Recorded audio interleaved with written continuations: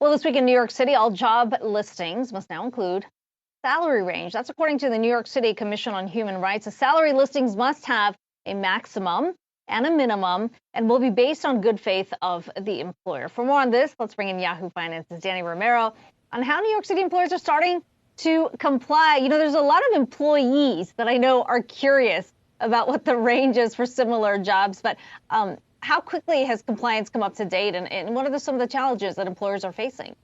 Look, Akiko, I mean, I feel like what we're seeing is that employers are really testing the limits with this new transparency law here in New York City that requires posting those salary ranges. I mean, some employers even posted very broad salary ranges that the difference is over $100,000 for this one position. So it's leaving applicants confused when they are looking into these job postings. But the law requires that all companies with 4 or more employees to produce a good faith salary range, something that the employers are willing to pay for that candidate, and it's expected to benefit 4 million private sector workers. And employers will get a 30-day warning to correct any violations before facing fines. So we did see some companies jump on this bandwagon and comply before the rollout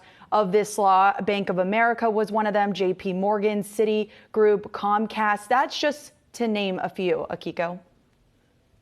And other states like Colorado have started to roll out this pay transparency law as well. What does that mean for the broader labor market? I mean, does that give employees a little more leverage, let's say, because of the transparency?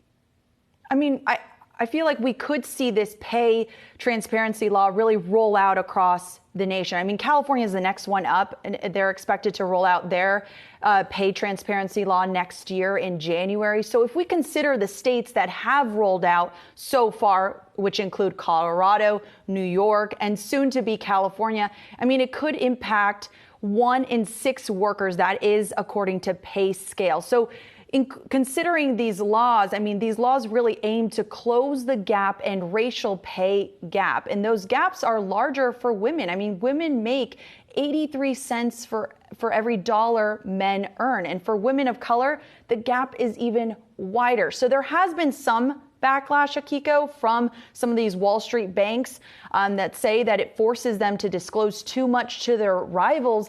But on the flip side, Akiko, this really touches upon the fact that maybe talking about your salary or even being transparent about it is no longer taboo. I mean, we can see on TikTok some of these Gen Zers make reels asking people, what's your job? How much do you make? So we're really seeing a change in demographics right now.